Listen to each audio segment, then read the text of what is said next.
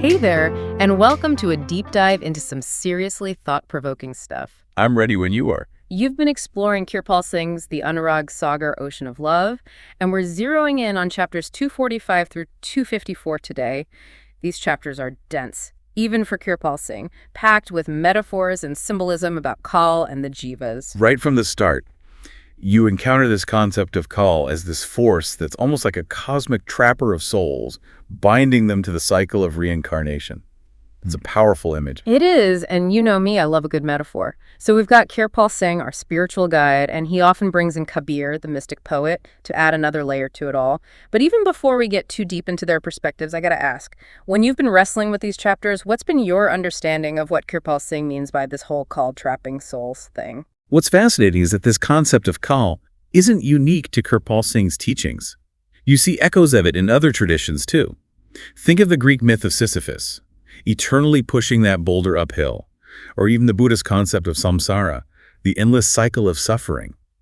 It speaks to this universal human experience of feeling trapped by forces beyond our control. Okay, that's giving me chills already. And then we're hit with terms like Shabdun and Sat Purush right off the bat. Right, and those terms are key to understanding how to break free from this cycle.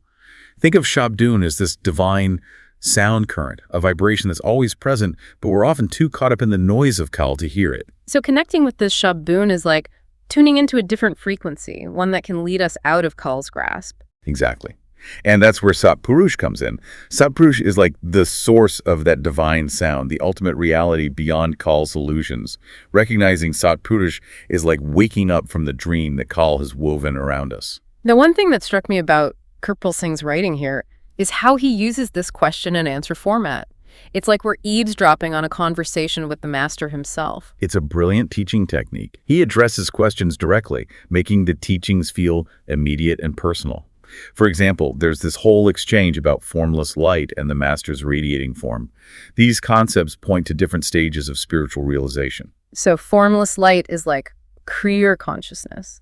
And the master's radiant form is a way of experiencing that consciousness through the guru. You've got it. It's like the guru becomes a conduit for that divine light, helping the seeker to perceive it. And then there's this term, Augenbrennpunkt. Ah, yes, the Augenbrennpunkt. It's described as this single point of focus within us, a place of concentrated awareness where the soul can potentially connect with Shabdun. Imagine it as a laser beam of attention, cutting through the fog of Kal's illusions to reach the clarity of Sat Purush. Okay, now we're getting somewhere. It's like Kirpal Singh is giving us a map and a flashlight. We've got the concepts, now we're starting to see how they fit together. And this is just the beginning. Wait till we see how Kabir weaves his magic into all of this. Oh, I can't wait. Kabir always brings the heat. Let's take a quick pause here to let all this sink in, and then we'll dive into the world of Kabir's poetry and his take on this cosmic drama. All right, so we've got Kal, the trapper, Shabdun, the divine sound current, and Sat Purush, the ultimate reality. But where does Kabir fit into all of this? Because Kirpal Singh keeps quoting him. You know something big is about to go down.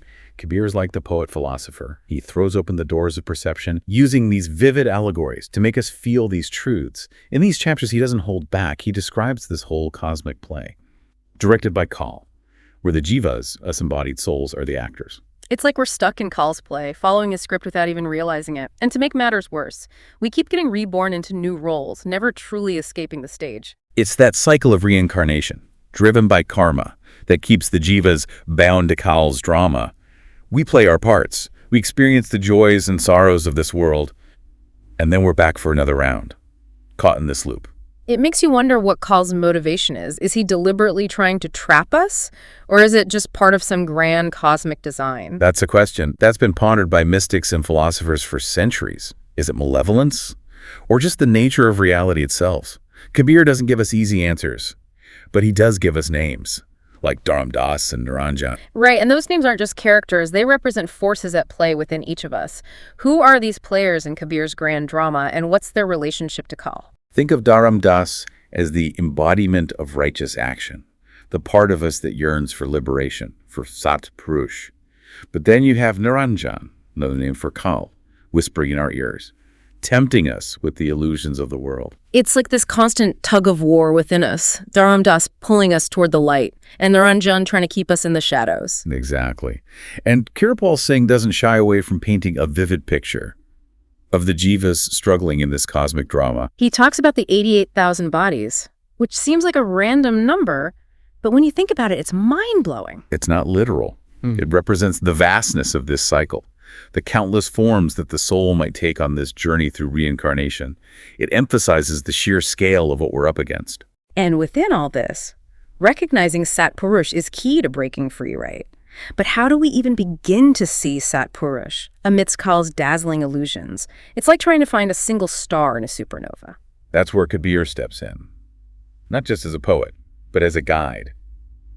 He uses this incredible image of a heated rock to represent the Jiva suffering. I felt that in my bones when I read it. You can almost feel the burning, the desperate yearning for something more.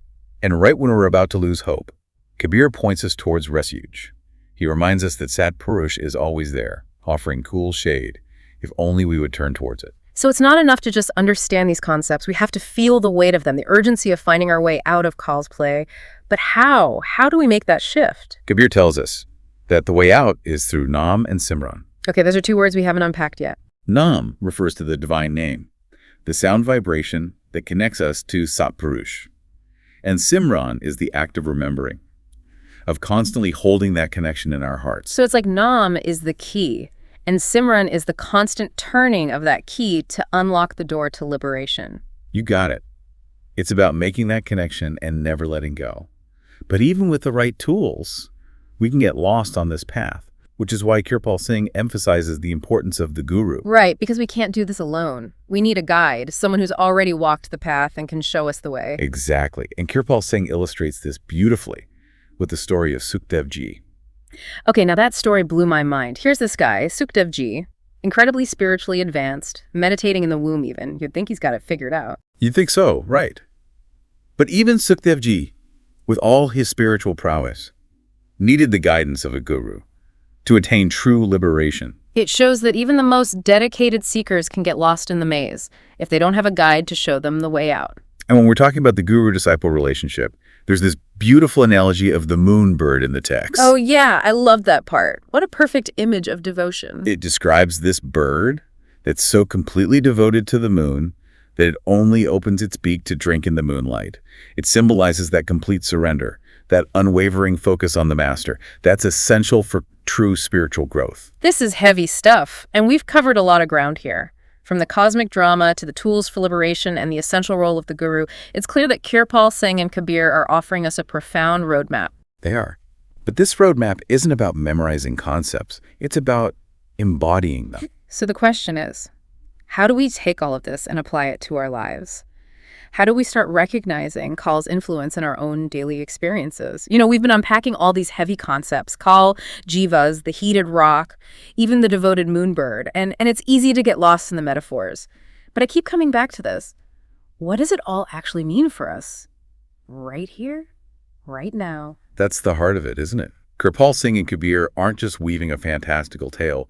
They're pointing us towards a fundamental shift in how we see the world and our place in it. So if Kal represents the illusion that binds us, how do we start to see through it in our everyday lives? Because honestly, sometimes it feels like Kal is running the show, you know. Think about it this way. Kal thrives on distractions. It keeps us so caught up in the external drama, the endless to-do list, the anxieties, the constant chase for more, that we lose sight of that inner stillness, that connection with Sat Purush. It's like Kal wants us to stay on that stage, playing the same roles over and over again, never questioning the script. Exactly.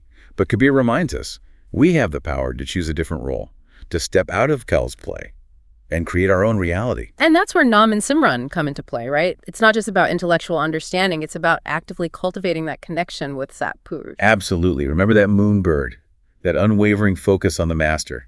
That's the kind of devotion we're invited to cultivate, towards Nam and Simran, making them a part of our every breath. So it's not about becoming a hermit and renouncing the world. It's about bringing that awareness of Sat Purush, that remembrance, into the thick of it all. Exactly. It's about finding that still point within ourselves, amidst the chaos of Kal's play. It's about recognizing that even when we feel most trapped, that divine sound current, that shabdun, is always present. That's both reassuring and challenging at the same time, because it means the power to break free is within us all along.